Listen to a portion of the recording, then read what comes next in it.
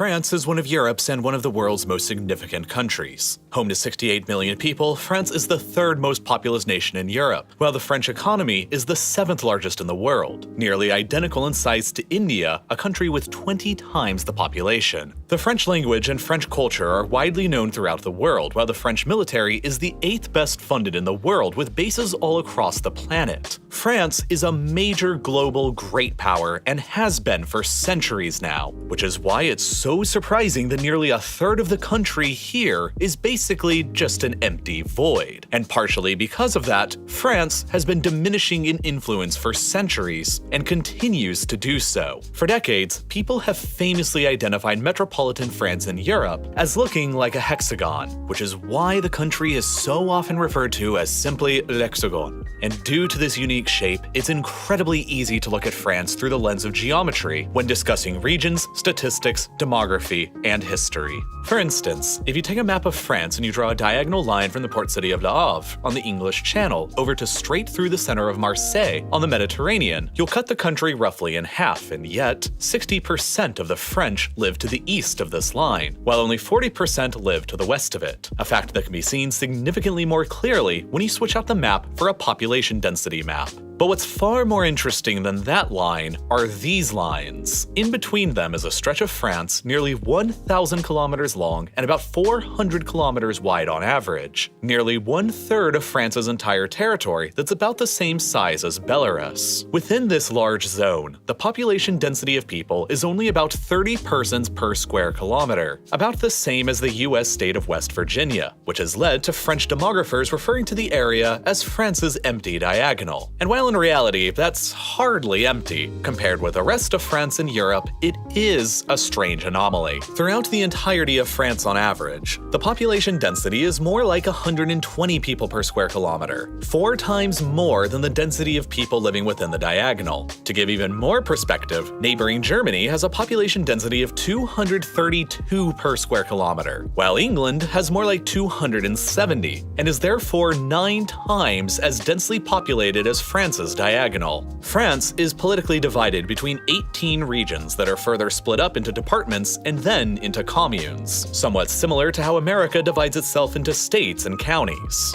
The least populated department in France is Lozère, with just a total of 76,000 inhabitants for all its nearly 5,200 square kilometers. That is comparable in size to the state of Palestine, which is home to more than 5 million people, while the entire population of Lozère could all fit comfortably into Wembley Stadium in London, with 24,000 seats left over to spare. And of course, Lozère is directly in the center of the empty diagonal, the most sparsely populated region of France, where Lozère is hardly an exception. All of these departments running through the center of France are substantially less populated than those on either side of it to the west and the east. So what's been causing this anomaly in the core of one of Europe's largest countries to be happening? Well, for one thing, it's been important to understand some of the prior demographic history of France, which I promise is actually fascinating. The French philosopher Auguste Comte once said that demography is destiny, and for centuries, France's demography guaranteed much of the nation's successes and influence. For most of history, France was by far the most populous country on the European continent. During the medieval period, more than 1 out of every 4 people in Europe were French, and even by the 17th century, it was still 1 out of every 5. During the French Revolutionary and Napoleonic Wars, France was still the most populous nation in Europe, and they had a higher population than even the entirety of Russia, and nearly double the population of the United Kingdom. In fact, at the time of Napoleon, France was the 4th most populous country in the entire world, lagging only behind China, India, and Japan. Such a huge population compared with all of her neighbors helps to explain France's dominance in European affairs throughout the medieval, Renaissance, and early industrial periods. But beginning in the 19th century, this demographic dominance over all of her neighbors began to shift away dramatically. The birth rate in France began to diminish in the late 18th century,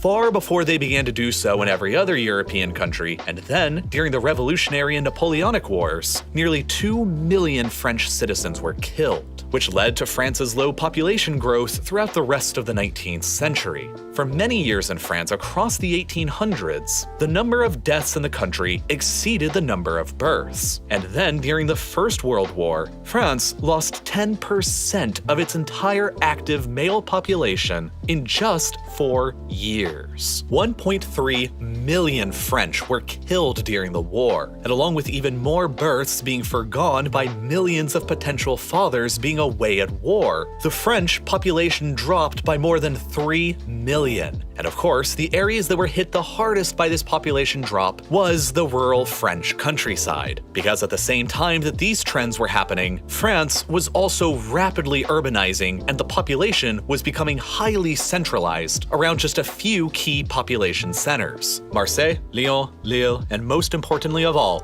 Paris, the ever-growing city. Beginning in the 17th century, Paris began to grow larger and larger as hundreds of thousands of peasants from the French countryside continuously moved there in search of better opportunities. At the beginning of the 20th century, 40% of the French population were still living in the rural countryside. But over decades of intense societal pressures coming from millions of deaths from war, millions of men being away at war, decreasing fertility rates, and ever-increasing rates of urbanization, just 85 years later in 1985, that rate of French residing in the countryside had plummeted down to only 8%. And by then, nearly 1 out of every 5 French were living in just the Paris metropolitan area alone.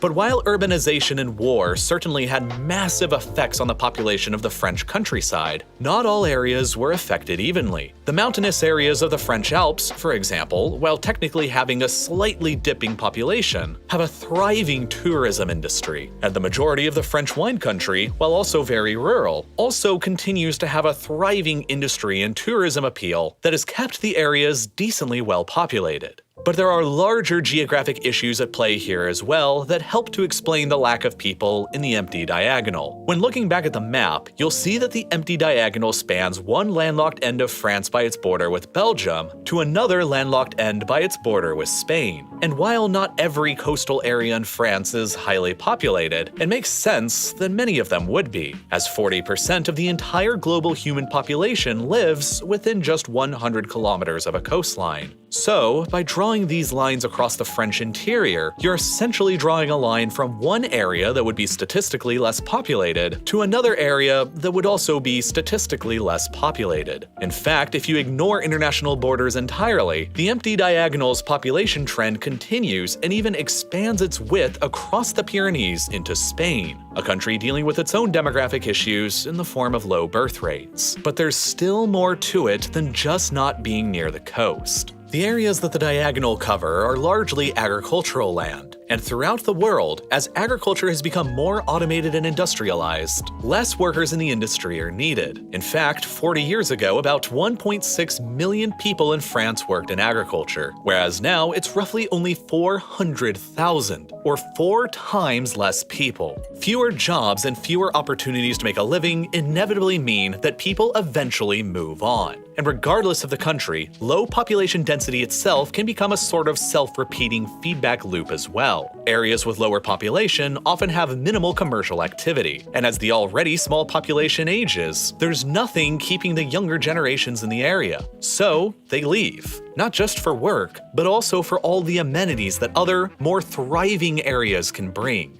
And while the French government has expressed concerns over the issue and even funded research into how to fix it, there remains no real answer. While France's geography makes this issue seem relatively unique to France, it really isn't. Demographic shifts from the countryside to the cities is a global phenomenon, and so too is the fact that more people generally tend to live closer to the coastlines, where there's just more economic activity. Therefore, it shouldn't really be too surprising after all that, wow, people actually do be living in cities.